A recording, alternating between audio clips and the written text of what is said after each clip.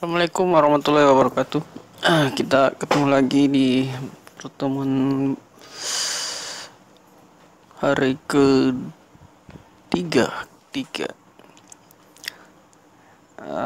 Hari ini saya akan menjelaskan atau memperkenalkan komponen-komponen yang ada di motherboard,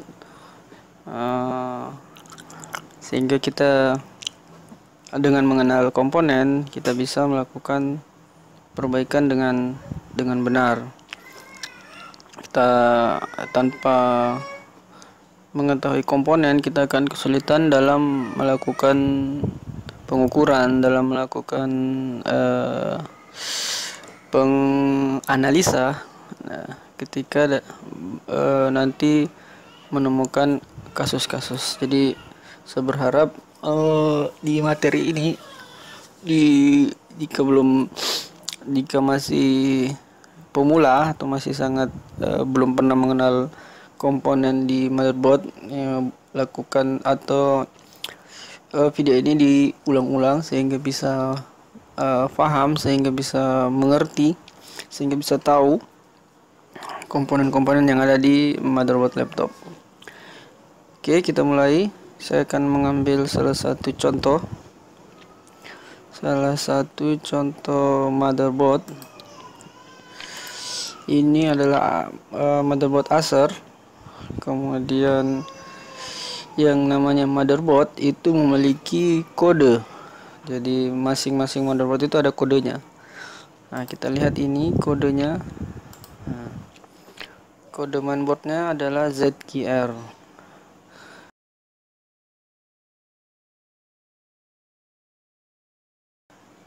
Nah, ini kode yang digunakan untuk, ini kode biasa kita gunakan untuk ketika kita mencari skema untuk motherboard ini. Kita cari kode ZQR.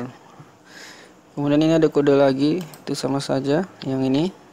Nah, ini DAO ZQR MB6C0. Nah, itu sama, yang diambil bagian ZQR-nya.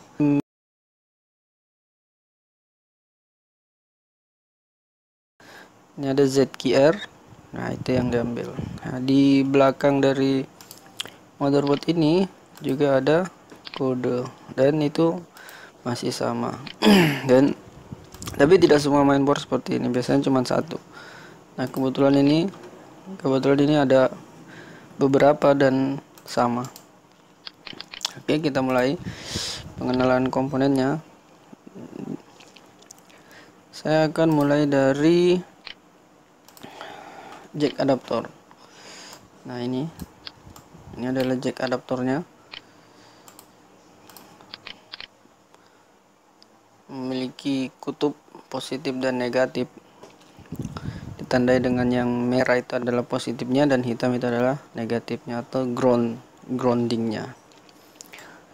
Kemudian di mainboard itu ada yang seperti ini, lubang-lubang seperti ini. Biasanya ini tempat baut.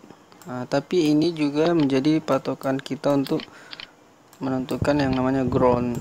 Nah, ini semua adalah ground. Ini ground.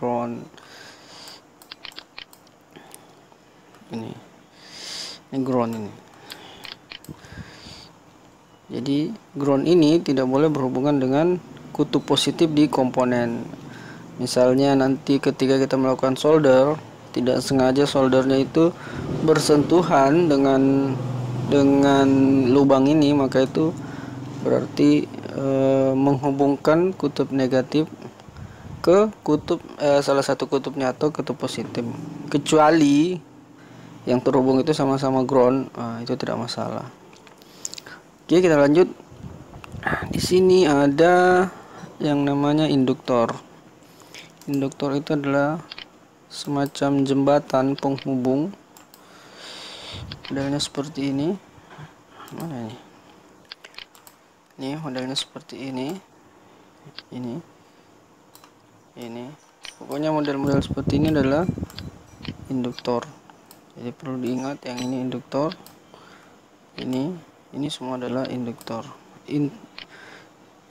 Induktor ini adalah jembatan untuk menghubungkan dari salah satu blok atau bagian di dalam mainboard ke blok lainnya. Kodenya, nah ini ada kode.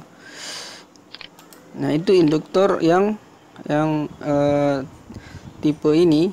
Ini ada kodenya, ini PL nih, L atau L ya, PL atau L. P itu adalah power, L itu biasanya kita indikasikan sebagai lilitan. Jadi ini jadi apa namanya, yang memiliki kode P di depan komponen itu berarti biasanya dilalui oleh tegangan utama dari blok itu. Nah di sini ada PL lain atau ada induktor dengan model lain. Ini seperti ini nih. Dan ini akan kita temukan banyak nanti di motherboard baru, biasanya menggunakan yang seperti ini. Bedanya apa? Ya mungkin bedanya cuma dari bahannya, tapi fungsinya ya tetap saja sama, yaitu jembatan. Kalau ini ketika kita buka itu, kita bongkar, kita hancurkan, ini ada lilitan, ada kumparan tembaga yang diputar. Nah, kalau ini saya belum pernah bongkar, kemungkinan besar ini apa namanya,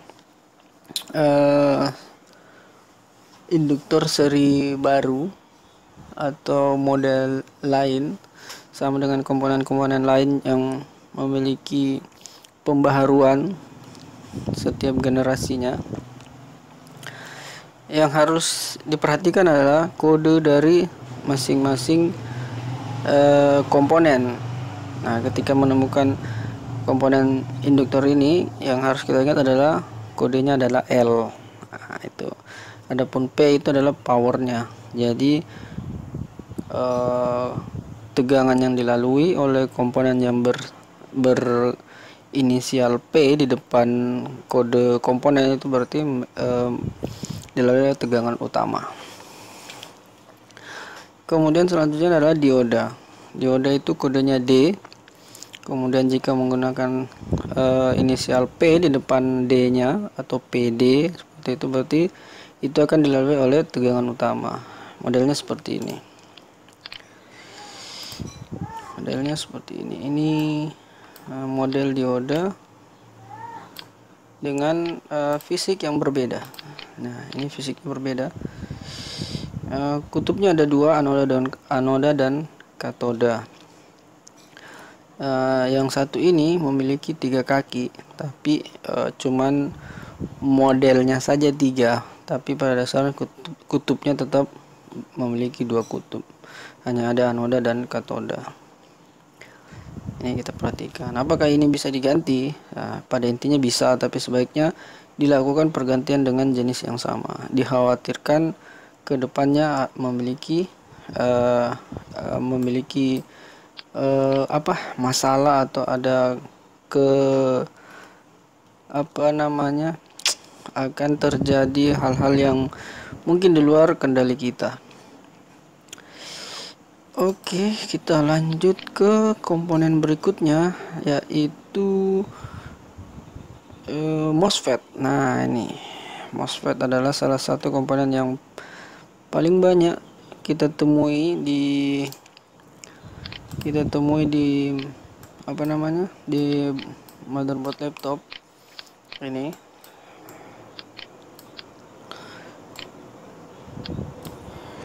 Kode MOSFET itu adalah QI. Nah, QI. Jadi kalau kita menemukan kode QI di dalam motherboard, nah itu pasti adalah MOSFET.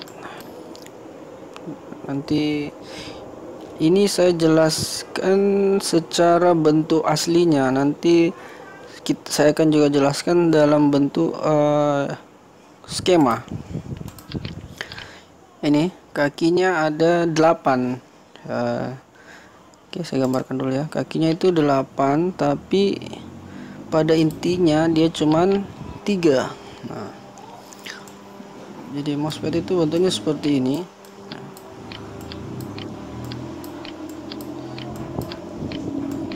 1 2 3 4 5 6 7 8. Nah begini.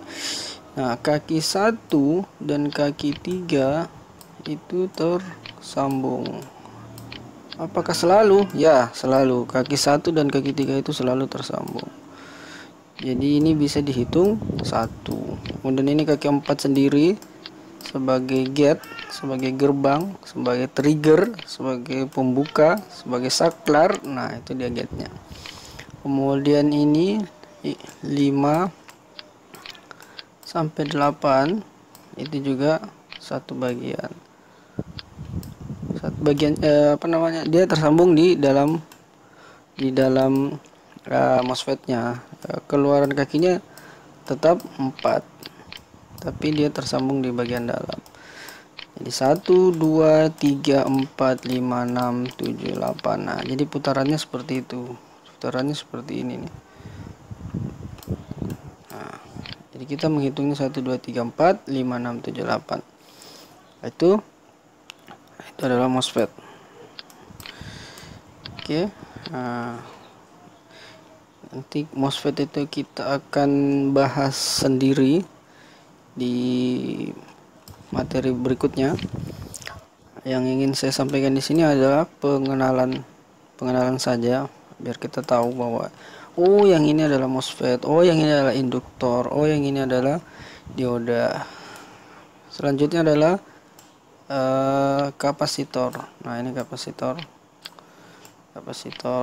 Ini kapasitor solid namanya. Ini kapasitor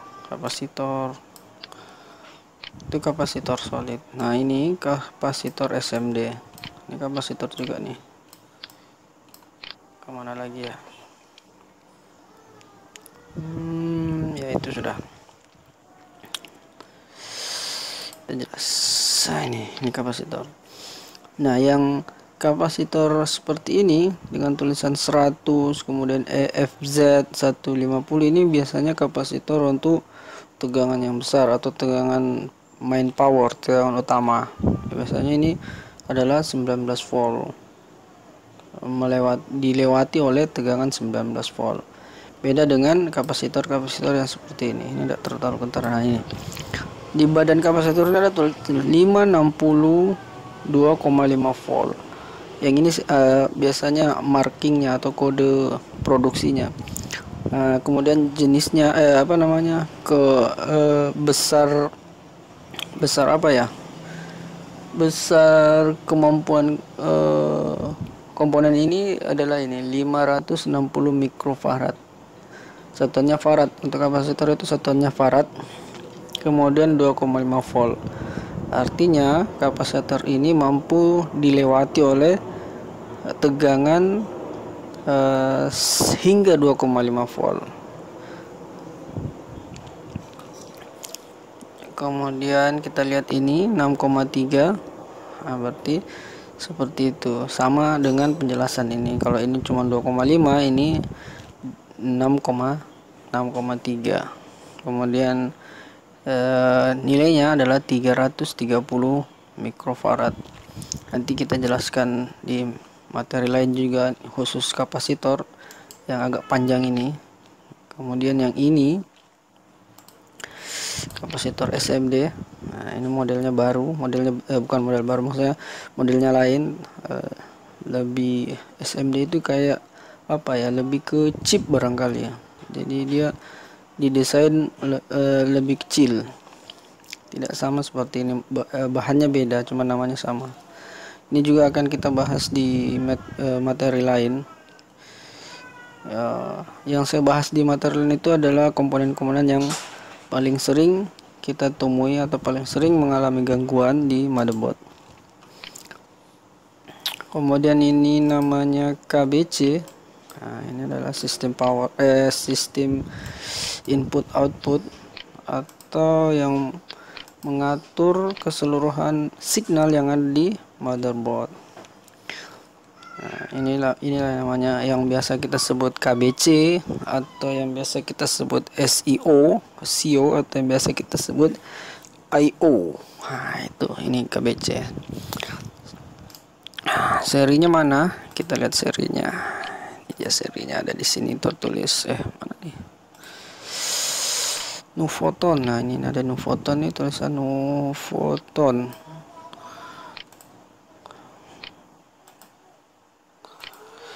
Nah, ini Nuvoton, kemudian di bawahnya nanti akan kelihatan Nuvoton berapa. Ini malah tertutupi nih.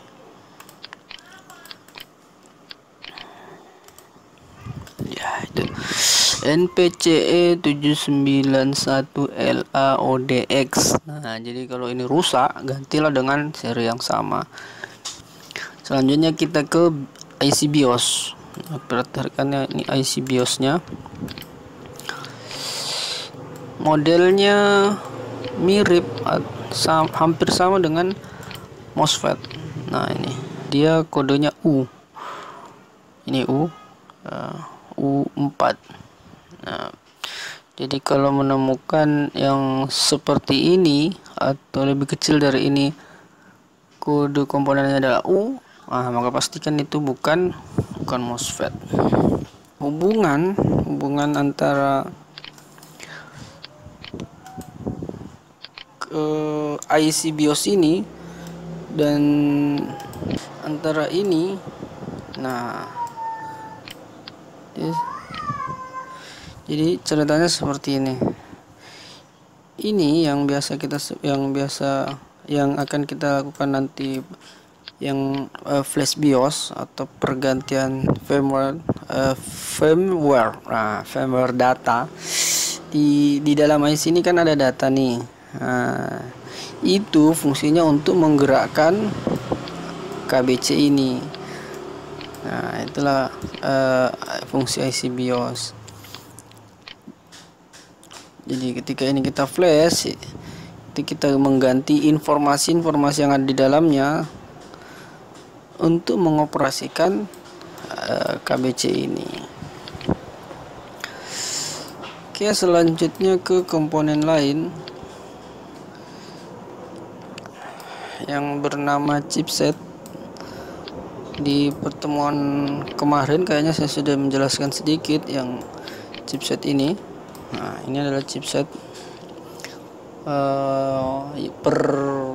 penggabungan yang dulunya bernama short bit dan not bit digabungkan menjadi satu. Nah, ini kodenya ada di badan fisik chipset tersebut. Ini ada, biasanya ini tidak jelas ya, nanti perhatikan ada HM65 atau HM55 sekian. Nah, itu kodenya. Terus mana lagi? Ini prosesor. Nah, kalau prosesor mungkin semua yang pernah mengenal komputer juga ada kan prosesor. Nah, ini prosesor juga namanya nih. Ini prosesor, masih prosesor yang bisa dilepas-lepas. Nah, kita tahu prosesor yang sekarang kan sudah prosesor tanam. Ini kodenya sama ya, U juga, ini U berapa begitu. Perhatikan di bagian lainnya, coba saya lihat ya. Kita lihat daripada bingung nanti. Ada enggak ini kelihatan? Nah, ini nih U13 nih, ada tulisannya nih U13 kecil nih. Nah, jadi nanti kalau di skema, kalau mau melihat isi dari chipset ini, perhatikan saja U13 ini. Kita beralih ke komponen berikutnya. Ini sudah, kemudian apa lagi ya? Ini IC tidak kelihatan sih badannya. Biasanya kalau kelihatan ini gampang nih toh. Ini IC kalau tidak salah sih ini apa? IC sound. Nah, ini IC sound nih. Untuk memastikannya tinggal lihat saja di skema. Nanti kalau kita belajar skema, kita akan lebih cepat paham, lebih cepat mengerti, karena akan kita padukan antara bentuk asli dan contoh di dalam skema. Apalagi, nah ini adalah tempat IC baterai CMOS. penanggalan atau jam di sistem BIOSnya, tapi juga akan sangat berpengaruh di beberapa mainboard, dapat memberikan tegangan tambahan untuk IC maupun untuk KBC. CMOS ini memiliki tegangan 3,2, nah, normalnya itu 3,2 volt. Selain komponen, ini adalah sound jack sound, kemudian ini adalah USB, ini HDMI, ini tidak kelihatan ya. Nah, ini adalah apa namanya, ini VGA untuk ke monitor atau ke proyektor. Kemudian ini adalah LAN, jack LAN yang sudah jarang kita gunakan. Ini HDMI, kemudian ini USB. Oh, ini sudah di belakang dari mainboard. Kita lihat tidak ada perbedaan. Nah, ini juga MOSFET yang 3 kaki. Ini deretan. Biasanya untuk MOSFET itu kita menyebut untuk yang kaki 8, terus untuk yang kaki 3 ini biasa kita sebut dengan FIT. Tapi intinya sama, tetapi itu adalah MOSFET. Nah, kemudian ini adalah FIT. Ini tombol klik kiri dan klik kanannya ini di mainboard. Kemudian ini ada LED yang biasa menjadi pertanda atau signal bahwa laptop sudah bisa hidup atau bisa mengetahui kondisi power input sudah bekerja. Kemudian ini adalah soket keyboard. Kemudian ini tombol switch. Nah, ini soket tombol switch. Kemudian apa lagi ya? Kemudian ini adalah baterai, soket baterai. Kita hitung 1 2 3 4 5 6 7 8, ada 8 kaki. Ini 8 kaki. Kita akan bahas di bagian lain. Di sini saya hanya ingin memperkenalkan komponen. Oh ya, ini kodenya untuk kode untuk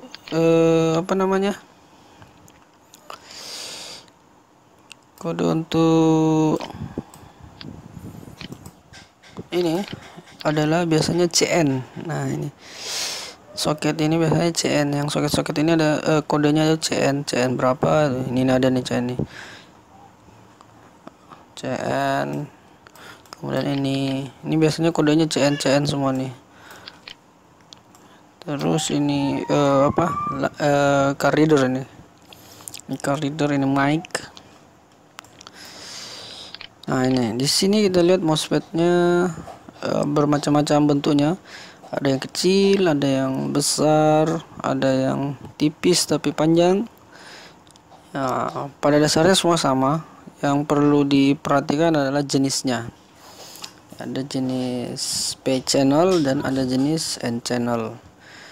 Kemudian pengukuran juga sama. Yang membedakan hanya fisiknya dan datasheet yang mungkin agak berbeda sedikit. Ini nih adalah LVDS atau soket LVDS untuk ke internal LCD. Ini CN juga kodenya. Ini juga yang jack adapter juga, ini kodenya CN.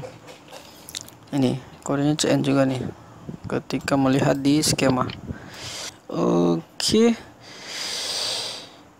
Saya rasa untuk pengenalan komponen itu saja. Tolong diulang-ulang, dicatat kode-kode komponen biar nanti bisa paham, bisa tahu. Oh, ini belum nih kristal nih. Sampai lupa ya. Nah, ini kode ini kristal. Biasanya kodenya Y. Nah, ini kristal yang kode-kode Y itu kristal. Nah, ini kristal kode kristal clock. Nah, ini cara mengukurnya harus menggunakan osiloskop atau mode hash di avometer. Itu jarang bermasalah. Kita cari yang lain lagi, jangan sampai ada yang kelewatan.